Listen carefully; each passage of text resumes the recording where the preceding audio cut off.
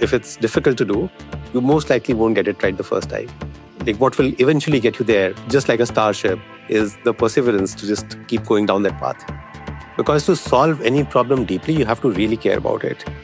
If you're going to build like a generational company, you can't ignore the tire kickers because they are curious today, but they are your buyers of tomorrow. You have to support them. Hi, I'm Rachel Chalmers, and this is Generationship, the podcast at the intersection of infrastructure and artificial intelligence. We are the generation that's exploring generative AI. We are a finite group of people with a finite set of resources, and we have to share this infrastructure. We have to find fair and ethical ways to do that. The first generation ship has already set sail. It's the planet Earth, and you and I are the crew. This show is brought to you by Heavybit, the leading investor in developer-first startups. To learn more about Heavybit, visit heavybit.com. Today, I am thrilled to welcome Piyush Agarwal to the show. Piyush is the co-founder and chief revenue officer at Reo.dev, where he leads go-to-market strategy and sales. Over the past 2 years, he's worked closely with over 100 dev tool companies, advising go-to-market teams on how to turn developer activity into pipeline gold. A second-time founder with more than a decade of experience across consulting, edtech, and fintech, Piyush brings a rare blend of strategic depth and startup execution. Before Reo.dev, he built Scholar, an edtech platform that scaled to over 1.5 million students before being acquired by BYJUs. Whether it's product-led growth or founder-led selling, Piyush has been in the trenches and knows what it takes to scale DevTool GTM motions that actually convert. Piyush, thank you so much for coming on the show. Rachel, thanks a lot for having me here. So I remember the first time I encountered the Reo.dev product, and it just blew my mind. So many people have tried to do this, but Reo has a unique approach. What made you realize that developers leave better fingerprints than sales calls ever capture? Rachel, great question. And I think this all goes back to us figuring out that this is a real problem. I'll give you some context as to how we stumbled upon this problem, to be frank. I think a couple of data points. One is my co-founder, he used to run the revenue function for a DevTool company himself. So this is a problem that he faced firsthand. Tried all the sales intelligence tooling out there, did not work. So that's how we came up with this idea. And then one of the stories that goes back almost 2 years, we were talking to a DevTool founder and we asked him, how do you know who's using your product? And his answer was, we go to conferences and by serendipity, we run into our users. And that to me just did not make sense because you've built a product, people are using it. How do you not know who those users are? And, where will your growth and revenue come from? So what we need is serendipity as a service. Yeah, that's not how you build a business. It's good to build a product, but if you have to build a business, then maybe serendipity is not your go-to strategy. You've advised over 100 dev tool companies. What is the biggest go-to-market mistake you see everybody making? Oh, I can go on about this for a long time. I would categorize this based on the size of the stage of the company.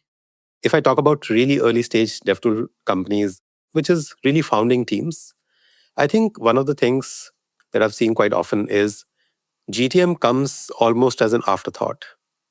Like you've thought about this wonderful problem and maybe built a product around it, but you haven't really thought about go-to-market, which is fine if you're doing this as a hobby.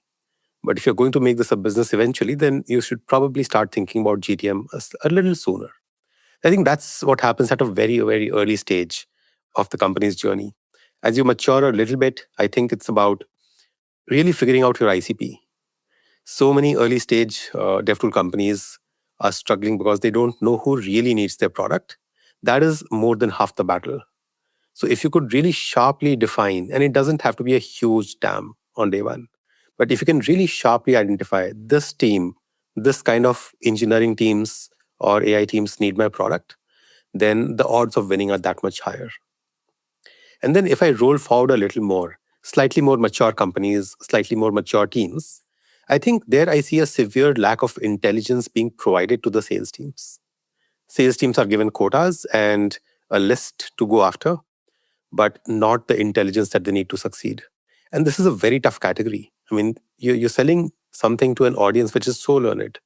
which is so technically savvy, way more than you are. Most of the salespeople are not developers, right? So you have to give them the intelligence to succeed, which I see as a big gap, even in the biggest of companies. Like we work with some public listed companies, Fortune 50 companies, and even there's a paucity of intelligence being provided to the sales teams. So, as I said, tons of people have tried to gather the publicly available data on developer behavior from GitHub and GitLab to provide this kind of intelligence to sales teams. Many have failed. Mhm. How do you at Rayo tell the difference between developers who are just kicking tires or playing around and the kinds of behavior that are the prelude to an actual sales motion? I think great point, Rachel. And I love that you touch upon this because to solve any problem deeply, you have to really care about it. I think what's unique about Reo.dev is 100% of our users come from the DevTool industry. So we really care about what is the difference in the buying behavior of a technical team as compared to any other team. And I'll tell you what are the big differences there. If you think about a technical team, whatever they are building is infrastructure that will power the product of your company. And if something goes wrong at the infra layer, it has big repercussions. Your product will be down, you will lose business, and so on and so forth. Therefore, developers are very, very careful about picking the right products. They go through long, detailed evaluation cycles, and you have to support them in those evaluation cycles. And therefore, if you don't capture the right signals, if you don't interpret the right way, you will start interfering either too early when they're not ready to buy or too late when the decision's already been made. So really have to spot that window of opportunity when this team is in market. And if you do that, you are less likely to run into tire kickers and more likely to run into like real opportunities, which will convert into paying customers and revenue. I can talk a little bit about signals, right? What kind of signals mean that there's a revenue opportunity versus somebody just casually browsing. And I think both are important. If you're going to build like a generational company, you can't ignore the tire kickers because they are curious today, but they are your buyers of tomorrow. You have to support them. But then how do you figure out who's ready to buy today? I think there are some good telltale signs over there. You will see things like team evaluations. You will see multiple people getting involved. You will see them looking at things very differently than like an individual developer would. And it depends on the category a little bit. Some categories are very prone to curious developers. Some are not so prone because it is an enterprise product. But end of the day, if you really classify your signals well, you should be able to figure it out. How does the rise of AI and generated code and agents complicate this picture? I mean, I can imagine a single developer setting teams of agents onto multiple software products, looking just like a team of actual developers performing evaluation. Is that muddying the waters? It's actually making the job of a sales team that much harder. Yes. Like if you go back 15, 20 years, the sales team would pick up the phone, call the CTO, make the sale, and then the CTO goes and enforces the product. When developers came in the picture, this whole motion collapsed. Now developers are the real evaluators, they are the influencers. And if you don't have them on your side, it's not going to work. And oftentimes when you're calling up the CTO, it doesn't help because that person doesn't know what the team is evaluating. So your product's relationship is really with the developer, not with the buyer. And you have to navigate all of that as a sales team. And now if you think in the future, what's going to happen is this relationship between your product and the buyer is getting abstracted even further. There's a developer in the middle, and then there's an agent which is doing stuff on behalf of the developer. So really the answer lies in figuring out what's really happening in that engineering team, what's their priority. And if you can figure that out, then you will be able to drive go-to-market. Otherwise, it's just, like spray and pray. It sounds like magic. Are you actually using any generative AI in the product? I think significant. There are two types of AI use cases in our product. I would say one is predictive, and then the second is generative. I think we use predictive AI very heavily to predict which one is a real revenue opportunity, while which one is still getting there. You got to nurture it more. And there's so many use cases of that in our product. Because at the end of the day, what we're serving is intelligence. Then the second layer, Rachel, is where generative AI comes in. Because all of these intelligence data points are there in the product, can we make the job of a salesperson easier? That's where generative AI comes into the picture for us. Totally makes sense. Why did you choose commercial open source as your wedge instead of going broader from day one?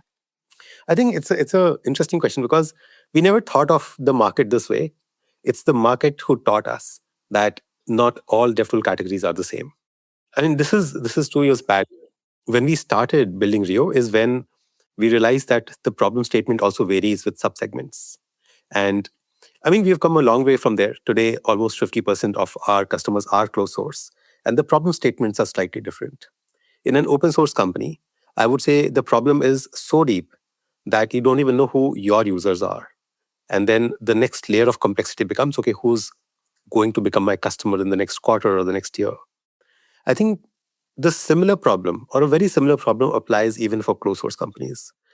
You don't have the advantage of them using your open source, but you still got to figure out, are they really facing the problem that you can solve? If they're not facing that problem, there is absolutely no point chasing them from a revenue perspective. I mean, DevTool products are not whimsical purchases. They're not casual purchases. They solve a problem. If a team is not facing that problem, they're not going to buy. Buying a tool is probably 20% of their job. 80% is implementing it. So they're not only thinking of your product as the cash that they will invest, but more about the time. So really, it's about finding that cohort which really feels the pain. And for us on day one, that was commercial open source. That makes sense. Are developers transparent about being in this purchasing product, or do you get pushback just because you're finding them at this vulnerable moment? I think this is one of the things that we have found to be a myth, that developers don't like to buy or don't like to talk. They like to talk at the right time. Yes. We have rarely seen an engineering team push back on help or support, or even a sales team knocking at them when the timing is right. Can you give an example of a hidden sales opportunity your platform found that a traditional sales team would have totally missed? Let me give you a couple of these examples. I think the first one is developers struggling in silence.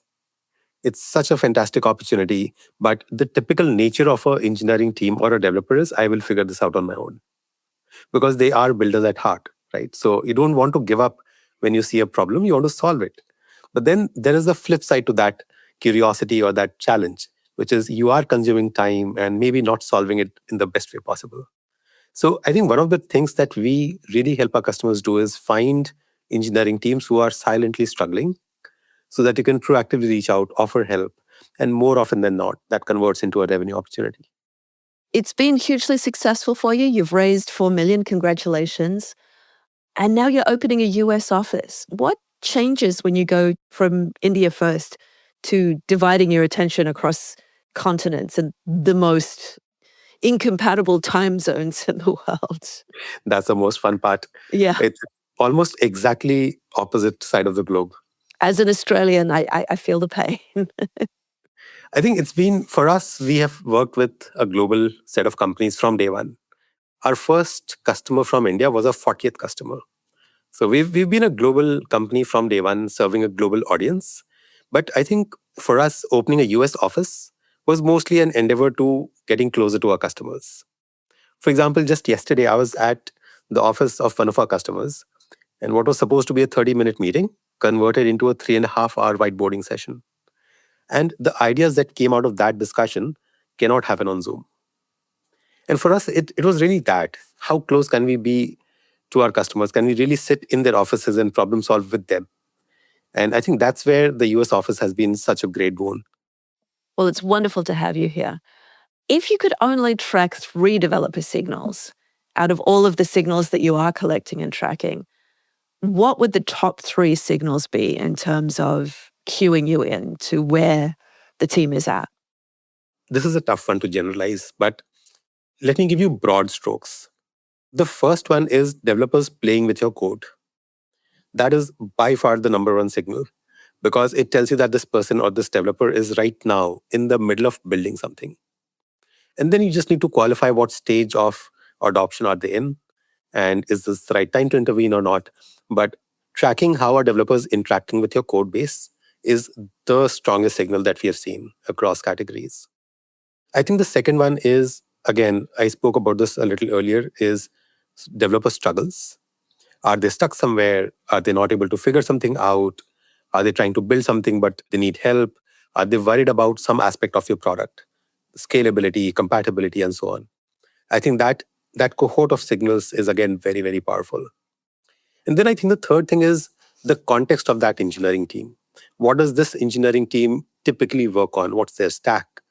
What kind of technologies do they prefer? Right? What is the engineering philosophy of this team? I think if these three things are put together, or I would say these three are the most overlooked signals that most of the dev GTM teams have not been looking at. So, just as a thought experiment, Reo is fantastic, but it's a for-profit company and a product that you have to pay for. Assuming that a very early stage founder can't yet afford Reo, although they're going to be very successful and they're going to buy your product in the future, how might they get started? What publicly available tools and signals could they use to detect those patterns that you're talking about? It's hard, to be honest, because a lot of this is not available that easily. That is the whole reason we built this product. I think I want to start by thinking about how expensive or inexpensive a tool is. It depends on how you look at it, right? Are you looking at it from an opportunity cost perspective, or are you looking at it from a price perspective? Like, if I'm investing in a tool, I would really look at the bargain. I would say that even for a very, very young startup, nothing is expensive out of the box. It depends on what are you getting in return. Like, if you hire somebody for, I don't know, $200,000, is that person expensive? It's very hard to say unless you know what are you getting from that person. If that person comes and changes the trajectory of your company, then that was a great deal. And I think we're not prohibitively expensive. But if somebody were to not use Rio, I think their best bet would still be to figure out what kind of engineering teams have the most urgent need of their product. And where will that data come from? You'll end up putting together multiple tools or spend significant bandwidth in building it ground up, only to rip it apart and replace it with something like a Reo.dev later down the road. So you heard it here, folks. Even if you're super early stage, at least look at Reo or hack something together yourself from what you can in GitHub and LinkedIn and see how far that gets you. And like you said, we are always happy to help, support. We are early stage founders ourselves, always happy to support early stage founders. Piyush, how do you learn about the market? What are some of your favorite sources for learning about AI? Rachel, candidly, I'm so fortunate because we work with a lot of AI companies and I'm spending almost 6 to 8 hours with my customers a day. So I would say that is my number one source of learning about this industry. What's the latest? And every day I'm surprised by the innovation that's happening in this industry. It's moving so fast. So I would really say my customers and this industry, the people that I talk to every day, they teach me a lot about what's happening in AI. I love that. When I was running Alchemist Accelerator, I used to try and teach startups that the customer discovery is not a one and done. Customer development is the lifetime of your company. So the fact that you're doing these whiteboard sessions with your companies and learning from that, all founders should be doing that. I'll give you a statistic. This was a couple of weeks back. I was sitting and just trying to see how did I spend time in the last 365 days. I think we spent north of 1,500 hours talking to customers and prospective customers and dev tool builders last year. That's really impressive. That's what, 30 hours a week? Yeah. Fantastic. Piyush, you're immensely qualified to be Prime Minister of the Galaxy, so congratulations. I'm appointing you. If everything goes exactly how you'd like it to for the next 5 years, what does our future look like? I think spam or GTM spam would reduce significantly. That would be so great. Our mission is to eliminate GTM spam. Just reach out to people who need your product and just go talk to them. It's a brilliant vision. You've got my vote. Last question, favorite question. We're called Generationship after the starships we're going to build that will take hundreds of years to get to Alpha Centauri. I'm giving you one of these for your position as Prime Minister of the Galaxy. What would you name your Generationship?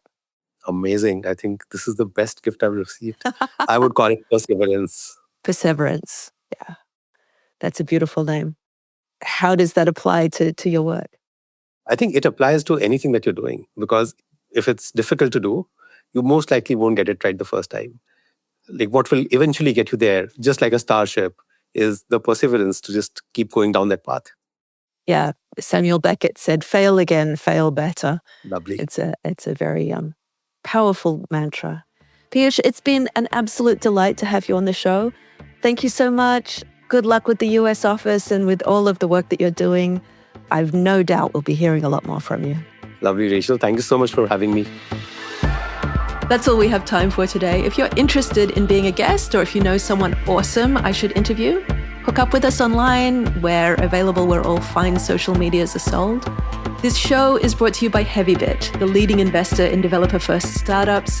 To learn more about Heavybit, visit heavybit.com.